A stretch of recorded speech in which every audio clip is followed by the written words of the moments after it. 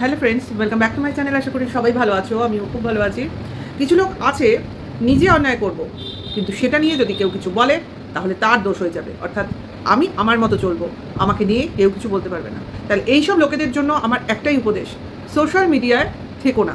কারণ তুমি সোশ্যাল মিডিয়ায় থাকবে, তোমার যথেচ্ছাচার দেখাবে, তারপর সেগুলোকে নিয়ে যদি ভিউয়ার্সরা, ক্রিয়েটাররা, কন্ট্রোভার্সি ক্রিয়েটার অবভিয়াসলি, তারা যদি আলোচনা করে, তাদের মতো করে ক্রিটিসাইজ করে, অ্যানালাইসিস করে, তাহলে তাদের দোষ হয়ে যাবে। হাউ ফানি, হাউ রিডিকিউলাস, এবং also they have no sense. Okay, ভিডিওটা স্কিপ করো না, অবশ্যই আমার ভিডিওটা পুরোপুরি দেখো এবং সঙ্গে থেকো। এবার চলে আসি কাকে নিয়ে বলছি, কার সম্বন্ধে বলছি। আগে কিছুটা বলে নিই তার স্বভাবটা, দেখো তোমরা আইডেন্টিফাই করতে পারো নাকি। আমি রাতে ঘুমোবো কি ঘুমোবো না সেটা আমার ইচ্ছার উপর নির্ভর করে, কিন্তু আমি সকালে উঠবো আমার ইচ্ছানুসারে, অর্থাৎ সেটা 10টা কি 10টা, তার আগে আমি সকাল দেখি না। হ্যাঁ, শুধু এক্সেপশনাল কেস হচ্ছে মেয়ের স্কুলের দিন। দেন ব্রেকফাস্ট আমি যদি বাড়িতে থাকি, মানে সকালে ওঠার পর, হ্যাঁ, তাহলে আমি হয়তো বা তার ঘন্টাখানেক কি 1-1.5 ঘন্টা পর করব। না হলে যদি সকালবেলা আমার বাজারের জন্য বেরোতে হয়, বাজার করতে তখন কিন্তু আমি 1টার সময় ব্রেকফাস্ট করব। ওকে, দেন দুপুরের খাওয়া বুঝতেই পারছো, 3টে 4টে ধরে নাও, ছুটি দিনগুলোর কথা বলছি। তারপর তো বিকেলবেলা শুলাম, ঘুমালাম কি ঘুমালাম না, সন্ধেবেলা উঠে সন্ধে দিলাম কি দিলাম না সেটা বড় কথা নয়, আমি কিছু খেলাম এবং চড়তে বেরিয়ে পড়লাম। মেয়ে আমার বাড়িতেই, শ্বশুর শাশুড়ির কাছে। এইবার আমি রাত্রিবেলা এলাম, এসে আমি রাজ্যের কাজ নিয়ে বসলাম, ঘর গোছানো, রান্নাঘর গোছানো, অমুক তমুক। আমার বাজে রাত 11টা, তখনও আমার মেয়ের খাওয়া হয়নি। আমার বরের কিন্তু সুগার, তাকে টাইমলি খেতে দেওয়ার কথা, আমার নিজেরও ডিনার হয়নি। এইবার বলো কার কথা বলছি। আশা করি যারা বোঝার অনেক আগেই বুঝে গেছো। আমি চলে আসি, অবশ্যই পরিচয়টা আগে দিয়ে নিই। ম্যান্ডির কথা বলছি। এ নাকি একজন বড় চ্যানেলের ওনার, এ নাকি একজন সোশ্যাল ইনফ্লুয়েন্সার হিসেবে কাজ করে। কারণ ব্লগাররা সোশ্যাল ইনফ্লুয়েন্সারই হয়, কারণ তাদের আমরা একটা পজিটিভ সেন্সেই দেখি না, তাদের কোনো নেগেটিভিটি নিয়ে তারা নিয়ে আসে না, তাদের সেইভাবে এখানে অ্যালাউ করা হয়। কিন্তু এখন যেগুলো করা হচ্ছে সেটা হচ্ছে যথেচ্ছাচার। ঠিক আছে, সকালবেলা রবিবারের দিন, আজকের ব্লগিং, আজ রবিবার না, গতকালের ভিডিও আজকে এসছে। সেই ভিডিওতে তোমার কি না, আমি সকাল 10টার পর ঘুম থেকে উঠেছি, কারণ আমরা আর্লি উঠতে পারি না। স্কুলের দিন উঠতে পারি, কারণ স্কুলের দিন হয়তো বা উঠতে হয়, তাও আমার মনে হয় না খুব সকাল, মানে 8টা-9টা ধরে নাও, কারণ এখন তো মেয়ের স্কুলের পরীক্ষা চলছে, মেয়ে পরীক্ষা দিতে যাচ্ছে 1টার সময়, কাজে অবশ্য করেই এরা তার আগে অতটা ব্যস্ত হবে না। আর যদিও বা ব্যস্ত হয়, ওই টিচার আসলে পরে পড়াবার আকার অমুক তমুক টিচার আসলে এরা ব্যস্ত হয়ে পড়ে, কারণ সেই টিচার এসে ঘুমানো অবস্থায়, এরকমও হয়েছে এরা ঘুমিয়ে রয়েছে, বাইরে থেকে টিচার ডাকছে, এরকমও হয়েছে। যাই হোক, সেটা কথা না, কথাটা হচ্ছে আমরা আর্লি রাইজার নই, স্বীকারোক্তি। দেন আমার রান্নার তোড়জোড়, যেহেতু শ্বশুরবাড়িতে নিরামিষ রান্না হবে, কাজে আমিষ খেতে হবে, রবিবার বলে কথা, মাটন খাবো বলে কথা, ডিসিশন বলে কথা, তাই না? সেই মাটন আনতে কে যাবে? অবশ্য করেই হাজব্যান্ড। আমরা জানি আমাদের বাড়িতে বাজার কারা করে ভাই, তোমাদের বাড়িতে বাজার কারা করে? নিশ্চয়ই হাজব্যান্ড, বা শ্বশুর থাকলে শ্বশুর, মানে যারা বাজারের দায়িত্বে থাকে তারা। নিশ্চয়ই মহিলারা বাইরে বাজার করতে যাও না, আমাদের তো সেই সিস্টেম নেই, আমরা দোকানপাটেও যাই না।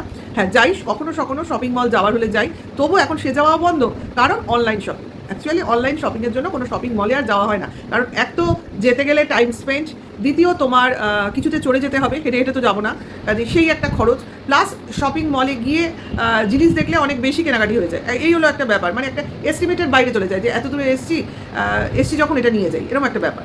সেখানে যদি আমরা বাড়িতে বসে কোনো কিছু যাতায়াত খরচ না করে, ঘাম না ঝরিয়ে অনলাইন শপিং করে ফেলতে পারি, মানে প্রয়োজনীয় জিনিস পেলে তবে না করি, সেই ব্যাপার সেখানে আর এই ব্যাপারটা নেই। আর সত্যিকারে বলতে গিয়ে সারাদিনের ঝামেলা, সংসারের কাজ করার পর, তারপর যেহেতু ইউটিউবে কাজ করি, সেই কাজগুলো করার পর আমার তো মোটেও এনার্জি হয় না আমি বাইরে কোথাও রেডি হয়ে বেরোই। খুব দরকার ছাড়া আমি বেরোই না, খুব দরকার পারলে লোককে দিয়ে কাজ করিয়ে নিই, আমি তো বাড়ির বাইরে আমাকে দেখতেই পাবেন, আমি খুব কম বেরোই। এই হলো ব্যাপার, মানে অ্যালার্জি। আমি বাড়িতে থাকতে ভালোবাসি, আমি না বেড়াতে ভালোবাসি, না ঘুরতে ভালোবাসি, কোনো দিনই না। আজ বয়স হয়েছে বলে না, আমি কোনো দিনই না, আমি খুব হোমসিক, মানে আমার বাইরেও কোথাও ঘুরতে যেতে ভালো লাগে না। আমি বাড়িতে বসে একমাত্র ভালো লাগে হচ্ছে আমার মার্কেটিং করতে। মানে এখন যদি আমায় কেউ বলে চলো গিয়ে কিছু জিনিসপত্র কিনি দরকারে, তাহলে আমি যাবো। এই হলো আমার কথা। ওই হ্যাপাজার্টলি ঘুরে বেড়ানো আর খেতে যাওয়ার জন্য বাইরে গিয়ে খাওয়া আমার খেতে ভালো লাগে না, বরং বাইরে থেকে খাবার কিনে বাড়িতে এসে খাও, এটা বেটার। যাই হোক, দরকার পড়লে অনেক কিছুই করতে হয়, সময় বিশেষে করি, যখন বাচ্চা কাচ্চারা বায়না করে, লোকজন একসঙ্গে প্ল্যান করে, সেই ব্যাপারগুলো আলাদা। ঠিক আছে, আমার নিজের জন্য নিজের ইচ্ছা আমার কোনো সময় হয় না, এইটা বলা। তো এ তো হলো অন্য ধাতুর, তাই না? বয়স বলে 30, অথচ তার কমেন্টস বক্সে একজন কমেন্টস করেছে ভাই 4 বছর ধরে তোমার ব্লগিং দেখছি, সেই শুরুর থেকে তুমি 30ই বলে যাচ্ছ, তোমার বয়স তো বাড়ে না। ভাবো, ভিউয়ার্সরা তো লক্ষ্য করছে তোমায় দেখছে, তোমায় জানছে, তোমায় চেনে, তাদের কাছে কিসের মিথ্যা কথা, তাই না? আমি যদি আজকে 1 বছর ধরে আমি বলছি আমার বয়স 50, তার মানে 50, এখন যদি 3 বছর পরে বলি আমার বয়স এখনও 50, আমার বয়স এখনও 52-53 হয়নি, তাহলে কি হবে? সেটা তো সম্ভব না। যাই হোক, সেটা কথা না। কথাটা হচ্ছে ভিউয়ার্সরা খেয়াল করছে যে মিথ্যে কথার এখানে চাষ চলছে, ঠিক আছে? যাই হোক, এইবার হলো মাটন আনতে হবে। মাটন কে আনতে যাবে? অবশ্যই হাজব্যান্ডে যাওয়ার কথা, কারণ তার অভিযোগ আগের দিন এনে রাখতে বলেছিলাম, যেহেতু লেটে উঠি সেই জন্য আনার কথা বলা হয়েছিল, কিন্তু আনেনি। ভুলে যায় যে বরের সুগার হলে একটা জিনিস হয়, মানুষের কাজ করতে অনীহা হয়, শরীরে একটা ক্লান্তি আসে, হ্যাঁ, তারপরে তোমার খিটখিটে হয়ে যায়। সুগারে অনেক রকম ব্যাপার হয়, আমি তো সুগারের রোগীর সঙ্গেই সংসার করি। তারপরে তোমার কি বলে, শরীর অত দেয় না, হ্যাঁ, অথচ কিন্তু তোমার সুগারের রোগীদের বলে যে একটা কাজের মধ্যে থাকতে, হাঁটাহাঁটির মধ্যে থাকতে। এরা তো বাইকে চড়ে বেশি, হাঁটে কম, হাঁটতে হবে একটা টাইমিং। তারপর খাওয়া মানে অতিরিক্ত খাওয়া না, বারে বারে খেতে হবে, মানে গ্যাপ দিলে চলবে না, 2 ঘন্টা 3 ঘন্টা গ্যাপ দিয়ে তোমার অল্প কিছু হলেও খেতে হবে। এবং যেটা খাচ্ছিল ডাইজেস্টিভ মেরি, ওটা খুবই ভালো। এটা কি হয়, 2টো বিস্কুট যদি তুমি খেয়ে নাও তাহলে তোমার পেটটা খালি থাকে না। হ্যাঁ, এটা আমরা খাই, যেহেতু বিস্কুটগুলোয় তোমার ফাইবার থাকে, ফাইবার জাতীয় জিনিস খাওয়া দরকার, ঠিক আছে? কার্বোহাইড্রেটটা কম খেতে হবে। এই হলো ব্যাপার। এগুলো না ডাক্তাররাই বলে দেয়। এবার তারপর তোমার সাধারণ জ্ঞান যে কোন খাবারটা আমি খাবো, কোন খাবারটা আমি খাবো না।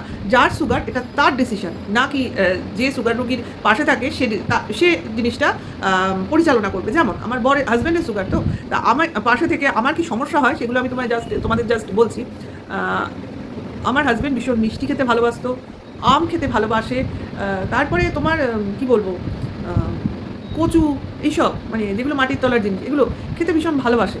কিন্তু কি অসুবিধা দেখো, তার সুগার ধরা পড়েছে, এবং এই জাতীয় খাবারগুলো, আলু খেতে ভীষণ ভালোবাসে। সমস্ত জিনিসটা একসাথে বারণ হয়ে গেছে, ঠিক আছে?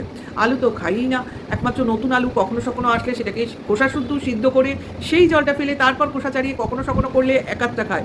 আচ্ছা, আম তো জন্মে মুখে দেবে না, মিষ্টি তো খায় না, খুব অকেশানে, মনে করো আমরা বিয়ে বাড়িতে গেলে হয়তো একটা মিষ্টি খেলো, একটা, তাও রসের না, সন্দেশ হলে একটা খায়, রসের জিনিস খায় না, চায়ে চিনি খায় না, হ্যাঁ। তারপরে কি হলো, কি বলছিলাম, আম, যেটা আমি এই কথাটা বলবো, এটা তো আমের সিজন। আমাদের কি সমস্যা হয়, আমি আম খেতে ভালোবাসি, উনিও আম খেতে ভালোবাসেন। এইবার ওনার যেহেতু সুগার, উনি তো আম খেতে পারবেন না। এবার বাড়িতে আম আসে, মানে আমি তো আনি না, উনিই আনেন আমার জন্য, কিন্তু আমার খেতে না ভীষণ অস্বস্তি হয় ওনার পাশে, যে আমি আম খাবো, সে তো খেতে পাচ্ছে না। সেই জন্য এমন সময় আমি আমটা খাই যখন উনি থাকেন না বা দেখেন না, মানে মনে করো হয়তো একটু বাইরে বেরিয়েছেন বা অন্য জায়গায় আছে, বাড়িতে তো অনেক জায়গা, অনেক যেখানে গেছে, কোনো কাজ করছে বা বেরিয়েছে, তখন আমি আমটা খাই। কেন বলো তো, পাশে থাকলে হয়তো বা তার মনের ইচ্ছা হতে পারে, হয়তো এমনও হয়েছে আমি খাচ্ছি, তাকে বলছি খাবে, সে খায়নি। এইটা হলো আসল কথা। মানে আমি তো বলবোই, আমার মনে তো কষ্ট হবেই, আহারে খেতে ভালোবাসে, খাও, কিন্তু যার সুগার হয়েছে তার এখানে না করাটা বিশেষ জরুরি। না, আমি খাবো না, কারণ নিজের শরীর, নিজের বাঁচা, নিজের ব্যাপার, এটা অন্য লোকের তাতে মানে হাত থাকলেও কিন্তু তারা অতটা বুঝবে না, আমি এটা বলতে চাইছি। কারণ সুগার হচ্ছে এমনই একটা রোগ যেটা ভেতরে ভেতরে মানুষকে ক্ষয় করে, কিডনিটা এফেক্ট করে, লাস্ট স্টেজটা ওটাই। কাজে ওই জিনিসটা যাতে ক্ষতিগ্রস্ত না হয় তার জন্য মানুষকে কিছু ডায়েট, কিছু এক্সারসাইজ এগুলো ফলো করতে হয়। জানি না এরা কী করছে, কারণ টোটালটাই তো বেনিয়ম। এক তো সকালে ওঠা বিশেষ দরকার সুগারের রোগীদের, বেশিক্ষণ ঘুমানোটা একদম সঠিক জিনিস না। দ্বিতীয় যেটা এরা সাধারণত করে, ওই নেশা ভাঙের কথা শুনেছি, যেটা কিনা না করলেই ভালো, এতে সুগার কমবে না কোনোদিনও, টেন্ডেন্সি থাকলে সেটাকে সেখান থেকে সরিয়ে আনতে হবে। আর দ্বিতীয় হচ্ছে অত্যাধিক পরিশ্রমটা করানো ঠিক না, তাতে শরীর দুর্বল হয়ে পড়বে। কাজ করো কিন্তু বেশি স্ট্রেস যেটা বলে সেটা দেওয়াটা ঠিক না। আর যেটা লোকে বলে টেনশন থেকে সুগার হয়, ওটা অতটাও সঠিক নয়। কারণ আমাদের ডাক্তারকে অনেকবারই বলেছি, স্যার এরকম উনি টেনশন করেন বেশি, ওই জন্য বলে টেনশন থেকে সুগার। আমাদের কি বলে, ডাক্তারি ইতিহাসে এরকম কথা আমরা পড়িনি, টেনশন থেকে সুগার হয় না। এটা হতে পারে একমাত্র আপনাদের বংশগত রোগ হতে পারে, অথবা এটা আপনাদের শারীরিক গঠনের কারণে হতে পারে, ঠিক আছে? যাই হোক, এটা ডাক্তারদের পরিভাষা, আমাদের নয়, আমরা সাধারণ লোকে এভাবেই দেখি জিনিসটা। যাই হোক, তাহলে অনিয়মিত জীবনযাপন এটাও কিন্তু সুগারের একটা বিশাল কারণ, তার জন্য এতগুলো কথা আমি বললাম। আচ্ছা, এ তো বরের যা দেখভাল করছে তো ঠিক আছে, মেয়ের তো অসাধারণ দেখভাল। মেয়েও ওদের সঙ্গে সঙ্গেই থাকছে, দেরিতে উঠছে, টিচার আসলে পড়তে বসছে, টিচার চলে গেলে তার পড়া বন্ধ, সে যে কত বড় শিক্ষিত হবে, অল্প বয়সে অল্প পড়া চলে যাচ্ছে। এটাই যখন আপার ক্লাস হবে তখন কিন্তু ফাঁকিবাজি ব্যাপারটা শুরু হবে, এবং টিচারের মতোই পড়াবে, এরমভাবে ধরে বেঁধে পড়াবে না, তখন এই পড়াটায় পড়ে যাবে ফাঁক। কাজে এর বাবা মায়ের যা ধরন, যা কেয়ার বা টেক কেয়ারের এদের মানে দেখতে পায়, তাতে সত্যিই চিন্তার বিষয় ওই মেয়েটার ভবিষ্যৎ, ঠিক আছে? এই হলো ব্যাপার। নেক্সট মাটন আনতে যাবে বর, আমি বারবারই এটা স্কিপ করে যাচ্ছি, প্রথম থেকে বলছি অথচ বলতে পারছি না কথাটা, এতগুলো কথা চলে এলো। কে যাবে আনতে বরের সঙ্গে না বউ? জাস্ট মানে অসহ্য লাগে। একটা মাটন আনবে, সে যে কোনো ছেলেরা আনে, যে কোনো বাড়িতে আনে, সেখানে কার বউ কার সঙ্গে গিয়ে বাজার থেকে মাটন চিকেন অমুক তমুক নিয়ে আসে বলো তো? এটা তো মানে নেওয়াই যায় না। যেখানে যাবে বর সেখানেই বর বউ তার পিঠে, মানে বাইকের পেছনেই তো বসে, সেই জন্যই পিঠে বললাম।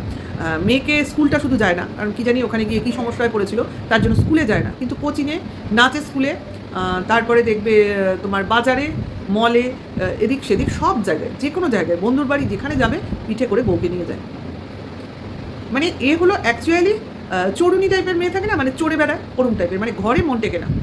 দিনের বেলা যা হোক করে রান্নাবান্না দিয়ে ব্লগিংয়ের মাধ্যমে দেখাতে হবে, কারণ সারাক্ষণ চড়ে বেড়ালে তো লোকজন এগুলোকে নিয়ে ঠিকভাবে নেবে না, সেই জন্য ওই ঘরের কাজ আর রান্নাবান্নাটা খানিকটা আনে। আর এখন যেহেতু পয়সার জোর হয়েছে, কাজেই কেনাকাটা অমুক তমুক দিয়েই লোকের মন ভোলাতে চায়। লোক অ্যাকচুয়ালি দেখতে যায় আর কি করলো, আর কি কিনলো, আর কি খরচ করলো, এই হলো ব্যাপার। যথারীতি বিকেলবেলা যাবো সুরাট, কাজেই কেনাকাটি তোমার করতেই হবে, কাজেই চলো শপিং মলে চলো, 3-3টে ড্রেস কিনে চলে আসলাম। হ্যাঁ, একটা ড্রেসও ভালো না, লাস্টের ড্রেসটা ছাড়া, সেটা ওর কমেন্টস বক্সেই লোকজন বলেছে শর্ট কুর্তি ওকে ভালো লাগছে না। অ্যাকচুয়ালি ভালো লাগছে না, কারণ মুখে যথেষ্ট বয়সের ছাপ পড়ে গেছে। যাই বয়স হোক, খুব বেশি বয়স তো না, কিন্তু এই বয়সে যথেষ্ট কীরকম একটা ছাপ পড়ে গেছে, যেটা কিনা ওই শর্ট লেন্থের কুর্তিগুলো ওকে মানাচ্ছে না। অ্যাকচুয়ালি ও যে কুর্তি অনেক সময় পরে ওই সাইড একটা ব্যাগ নেয়, তলায় জিন্স দিয়ে, ওকে মানায় না এসব পরলে। ওই লং কুর্তি, শাড়ি, এগুলো ফার বেটার লাগে।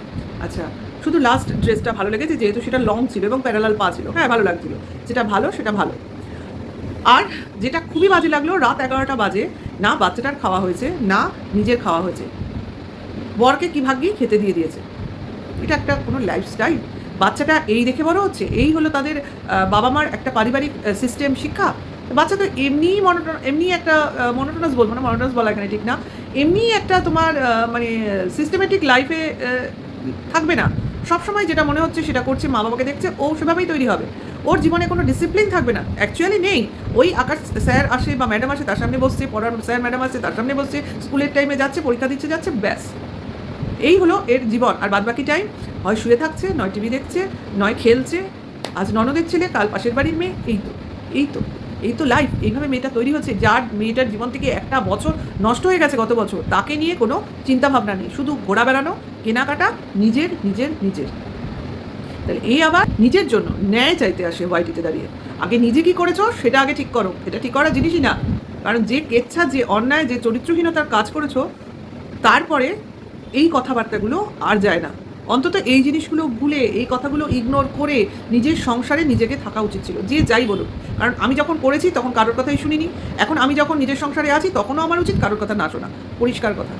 কাজে এখন যতই চিৎকার করো, যতই লাফালাফি করো, যতই আইনের দ্বারস্থ হও, আইন কখনো এক পক্ষের কথা শোনে না।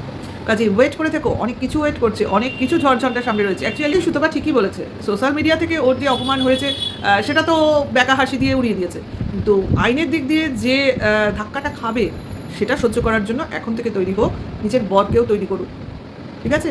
কারণ মেয়ের জীবনের সংকট ও নিজের হাতে বাড়াচ্ছে। অ্যাকচুয়ালি ওর উচিত ছিল এই ব্যাপারটাতে ধুনো না দেওয়া, চুপ করে যাওয়া, কারণ পোকিংটা ওর দিক থেকেই এসেছিলো ভাই। আমরা ওয়াইটির লোকেরা অন্ধ নই। ভিডিওটা আমি এখানেই শেষ করবো। ভালো লাগলে লাইক, কমেন্ট, শেয়ার করো, নেক্সট ভিডিও ওয়েট করো। নতুন হলে সাবস্ক্রাইব করে আমার পাশে থেকে নোটিফিকেশনটা অন করে দিও। এখনকার জন্য টাটা, বাই।